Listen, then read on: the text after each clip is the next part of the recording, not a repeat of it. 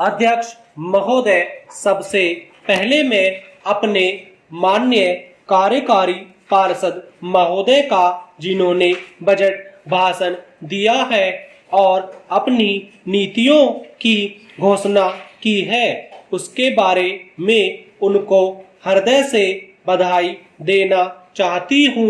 मैं यह नहीं कहती कि कोई क्रांतिकारी परिवर्तन लाना चाहता है यह बजट, लेकिन मैं यह भी देखती हूँ कि यह बजट जो है धीरे धीरे गति से समाजवाद की ओर बढ़ता जा रहा है। अपनी नीति से यह भूतकाल और वर्तमान दोनों को एक कड़ी में मिलाकर हमें उज्जवल भविष्य की ओर ले जाता है।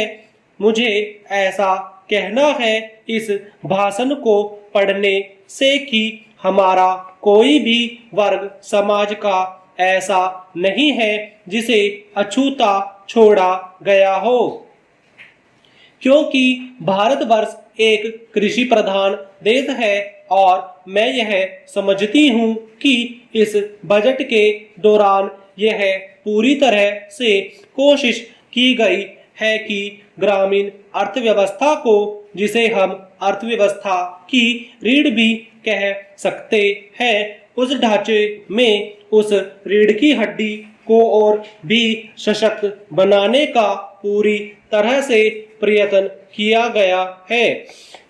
हमारे ग्रामीण भाइयों के लिए जो कोशिश की गई है इस बजट के अंतर्गत वह है उनको सिंचाई के लिए कुएं, गांवों में उनके लिए पक्की सड़कें, जिससे उनके खेत और घर दिल्ली के साथ जोड़ने की कोशिश की गई है। जितनी भी इसमें व्यवस्था की गई है उससे ग्रामीण भाइयों को बड़ी भारी सहायता मिलेगी।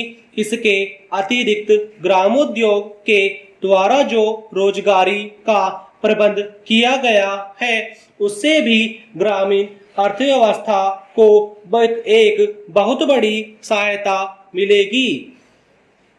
मैं इनका ध्यान इस ओर दिलाना चाहती हूँ कि जहाँ तक शिक्षा का संबंध है इस बजट में कोई विशेष प्रावधान नहीं किया गया है। मैं यह नहीं कहती कि शिक्षा के दौरान ज्यादा स्कूल न खोले जाएं, पर हमारी यह नीति होनी चाहिए कि भले ही स्कूल थोड़े खोले जाएं, पर सबसे बड़ी आवश्यकता इस बात की है कि शिक्षा की नीति में परिवर्तन की ज्यादा आवश्यकता है, क्योंकि हम प्रजातंत्र में रहते हैं। प्रजातंत्र को अगर हमें सफल बनाना है तो सबसे पहले हमें ऐसे नागरिक चाहिए जिन्हें अपने अधिकारों और अपने कर्तव्यों का भली भांति ज्ञान हो। शिक्षा की वर्तमान नीति से हम अपने अधिकारों के प्रति ज्यादा सजग होंगे और कर्तव्यों के प्रति बिल्कुल सजग नहीं होंगे। श्रीमान, मैं आपको बताऊंगा कि खेती में सुधार के बारे में हमारे कुछ लोगों का क्या विचार है।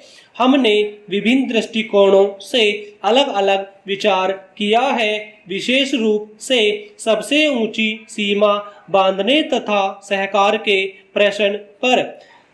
किंतु हम अनुभव करने लग गए हैं कि दोनों का आपस में गहरा संबंध है। अगर हमारे देश में बड़े बड़े फार्म होते तो यह कल्पना की जा सकती है, भले ही आप इससे सहमत न हो, कि उनका कार्य संचालन दक्षता से होता है और उत्पादन भी बहुत बढ़ सकता और साथ ही साथ आधुनिक तौर तरीकों का विस्तार हो सकता है। भारत की मूल समस्या यह है कि यहाँ जोत की भूमि छोटी है और टुकड़ों में बटी है। साधारण तौर पर मैं कहूँ कि यह 1, 2 या 3 एकड़ है, इतनी छोटी जोत की भूमियों से हमारे किसान केवल अपना काम भर चला सकते हैं, लेकिन आधुनिक तौर तरीकों को अपनाने में बहुत कम प्रगति करेंगे। अब सबसे ऊंची सीमा बांध देने से ऐसा भी हो सकता है कि कुछ एक जो बड़े फार्म हैं उनमें काटछाट हो, जो कि प्रयोजन भी है।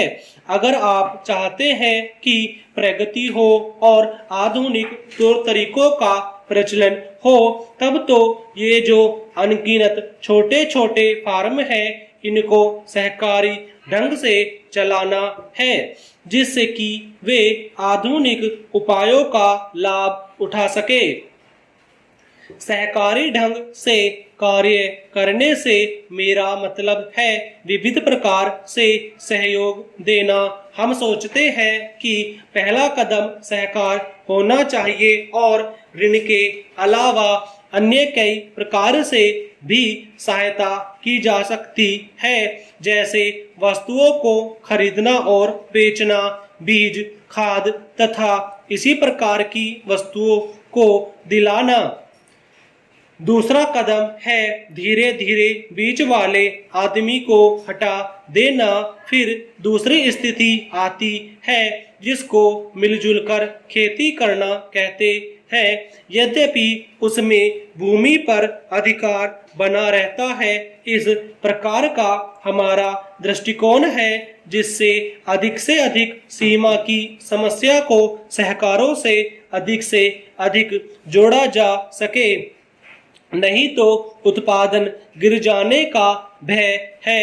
यह एक जटिल समस्या है जिस पर मनन हो रहा है। सहकार से मेरा मतलब एक गांव के सहकार से है और ज्यादा से ज्यादा 2-3 गांव का सहकार भी हो सकता है यदि वे निकट से संबंधित हैं, लेकिन हमारी सरकार इनका भरपूर सहायता करेगी।